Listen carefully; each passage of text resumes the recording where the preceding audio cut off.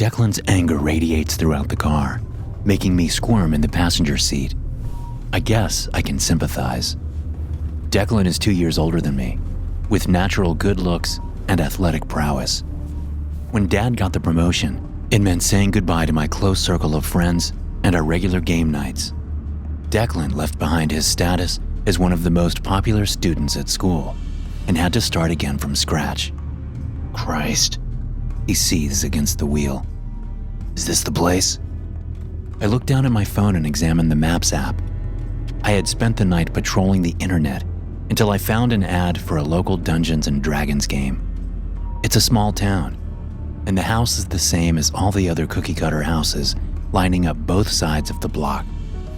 The only difference is the lawn gnomes.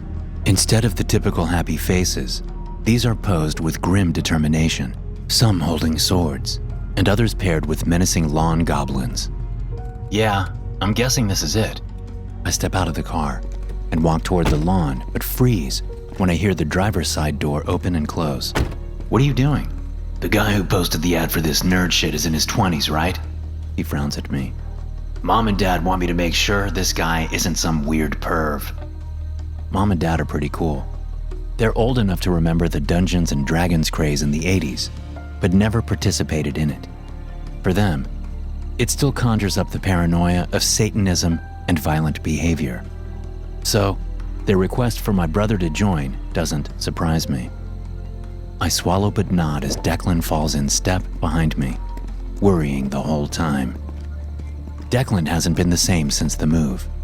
His temper is short, and he lashes out whenever he feels frustrated. I've got a litany of bruises up and down my arm and a recovering split lip from Declan's last temper flare. I know he's not coming out of concern for my safety. Instead, he wants to come in and insult everyone inside in hopes of sabotaging any attempts I might have at friendship. Not seeing any other choice, I tighten the bag containing my dice and continue to the porch. I raise my hand to the door, but it clicks and swings open on its own. A wave of sound washes over me. A cold breeze sinks into my arms, and crickets chirp around me in all directions. The sensation fades as quickly as it begins, and I stare, blinking. Declan and I step inside, and the door swings shut behind us. Well, that's not creepy, Declan swears and takes the lead, leading me through the living room and kitchen. Both Declan and I freeze at two completely different sights. I stare at the table that's been carved out of expensive wood. The front end is a dragon's head, and the comfortable-looking chairs at the sides have been carved into the shape of wings. I've seen some impressive gaming rigs before, but never one that looks like this. Declan stares at the girl. She looks to be around his age. Her long raven hair is streaked with splashes of purple, and she wears a tight t-shirt that shows off her figure. The name Motion City Soundtrack is splashed across it with a deformed-looking T-Rex. Ah, so the last of our party has finally arrived. Distracted by the table and the girl, Declan and I didn't notice the man in the room. Well, a young man anyways. He looks like he's still in his early 20s.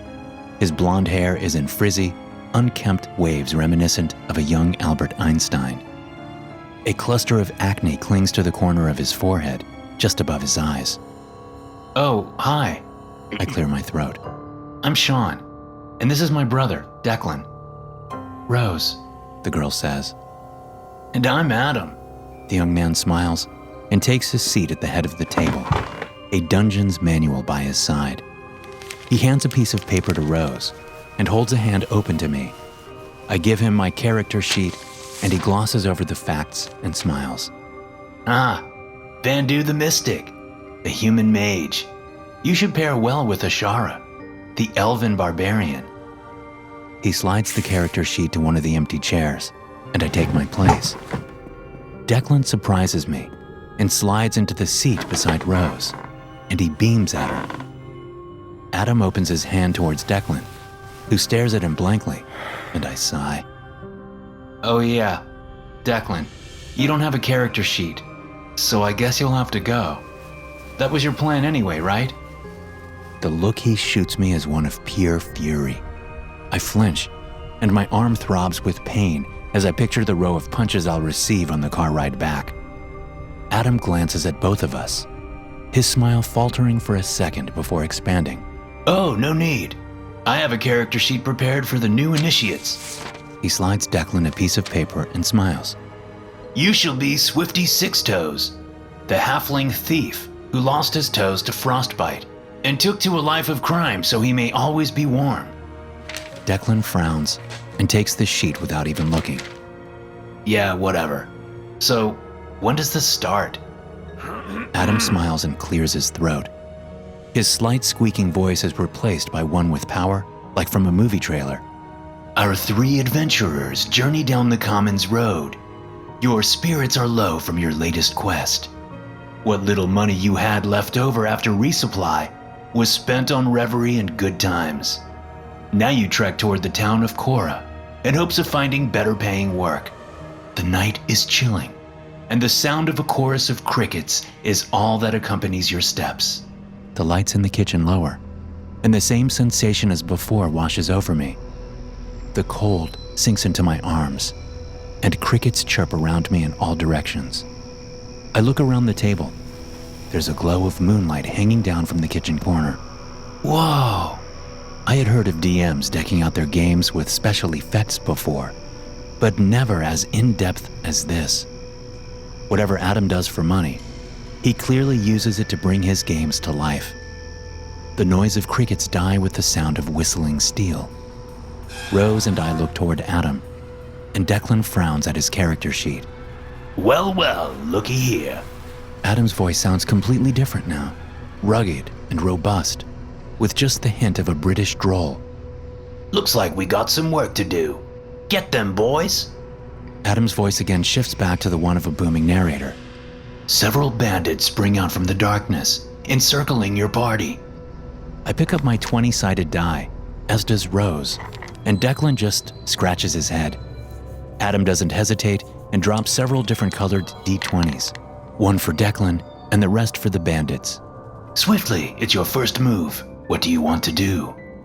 It's not until we turn to Declan that he realizes it's his turn.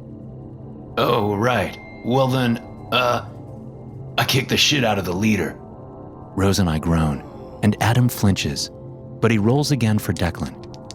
The brave but foolish thief rushes forward with a flying kick at the lead bandit and bounces off his chest, inflicting no damage. Laughing, the leader shoves his booted foot into Swifty's nose. What the fuck? At first, I think Declan is just overreacting again, but really, what halfling thief decides to go mano-a-mano with a bandit leader? But Declan has his hands cupped over his nose. Blood drips from between his fingers. Holy shit! Rose shouts and leans toward him. Are you okay? Emotions ripple across Declan's face, quickly masking his pain as Rose pays attention to him. Instead, he takes a handkerchief from the center of the kitchen table and wipes the blood away. I blink and look at the blood-stained cloth. That hadn't been on the table before, had it?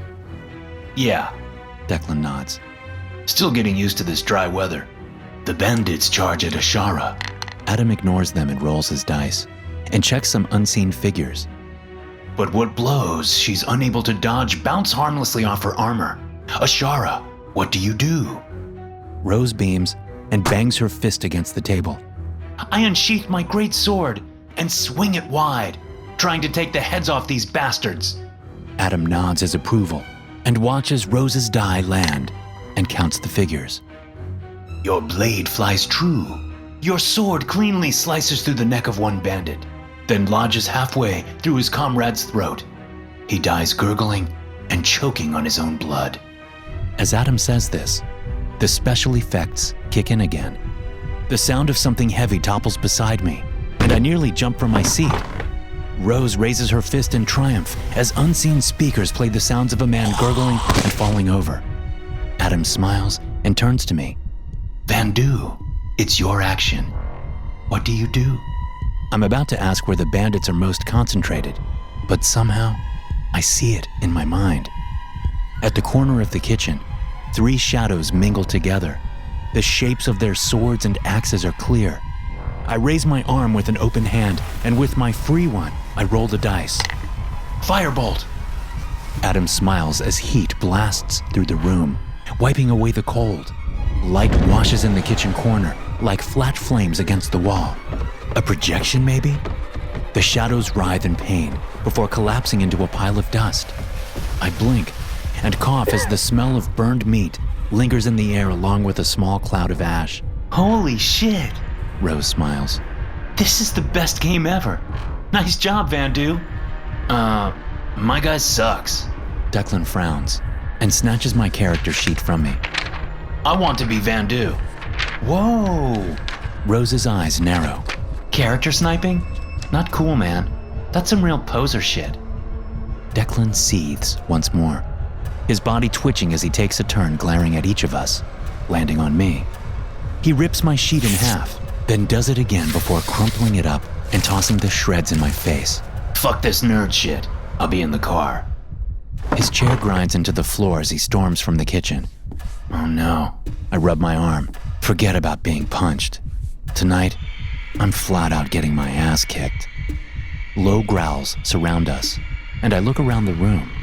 Though I don't see anything, I hear the sounds of padded feet running across the tile floor. Declan screams in anguish, but the growls grow louder until they're overshadowed by Adam's voice. Our foolish thief has wandered off the Commons Road. Sadly, he's forgotten that wolves prowl the forest at night.